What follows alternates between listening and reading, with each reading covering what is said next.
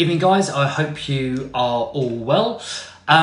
Okay, so this is a topic that I want to discuss about binge eating. So if you are someone that regularly has binge eating episodes, I think you're going to find this really useful. So this is kind of a strategy that you may not have tried and has worked really well for several of my clients. So if you are in that position, then hopefully you'll find this of great use.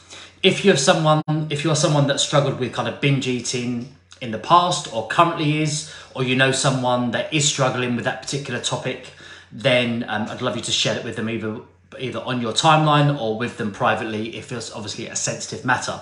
So according to the stats, around 1.3 million people have a binge eating disorder in the country, with another 1.3 million that have another specified feeding disorder. So that might be things like bulimia or anorexia. Now, in my experience, I believe that to be a lot higher for a couple of reasons. Maybe because we speak about this topic a lot, and then often maybe other people come towards us and speak to us in a bit more depth. So I see it at a greater probability potentially, but also because there's other things that are going on which I'll come on to later in this live. So if you believe that you have a poor relationship with food, first and foremost, reach out for help. Now, there is a host of reasons why people on a regular basis might binge eat, and obviously it can't be covered in a 5-minute live. You'd have heard me say this numerous times. It's about finding the root cause. It could be potentially a trauma that's happened. It could be something that was triggered in childhood, previous relationships. There's a tremendous amount of reasons why that is the case for people that just generally tend to binge eat on a regular basis.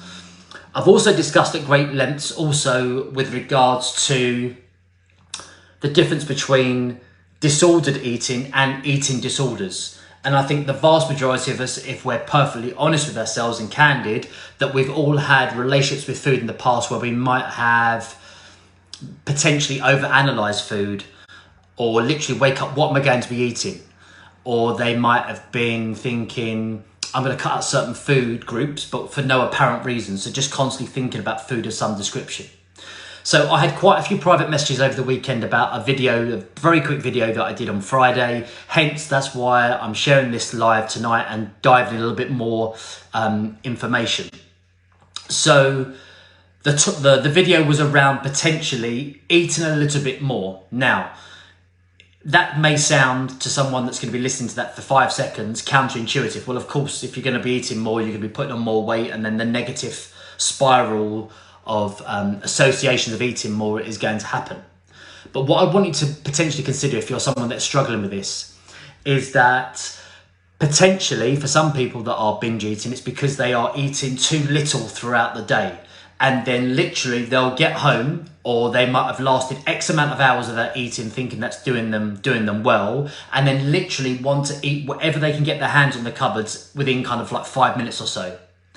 Now, if they'd have just maybe spread their meals out, and I'm not talking, please don't take this wrong, that you'll hear some coaches say you've got to eat 6 meals a day to speed up your metabolism. I'm not talking about anything along those lines. What I'm talking about is if you are leaving your food too long throughout gaps, that blood sugar levels could dip, and then literally whenever you get home, you're going to want to eat everything that's really accessible.